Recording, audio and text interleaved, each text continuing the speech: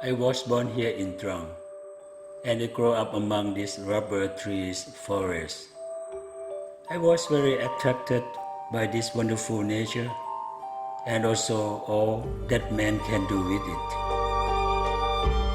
When I went to Bangkok to study architecture, I met at university friends who wanted like me to contribute to build a better and more sustainable world. We have partnered with 7 friends to create the Plant Group, and shortly after PlanToys. Plant Group is now one of the respected architectural firms. It is also a publishing house, graphic design studio, libraries, and schools.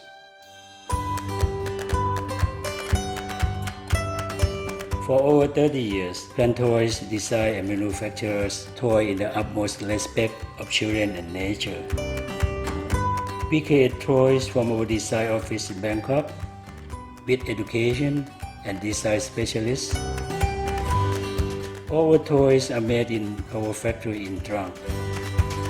The trunk and the base parts are used for solid wood and plywood toys. Branches and other waste are chiselled and transformed in plant wood. Plant wood is very strong. It allows us to design very interesting and new forms, non-toxic and durable toys. Nothing is wasted, everything is transformed.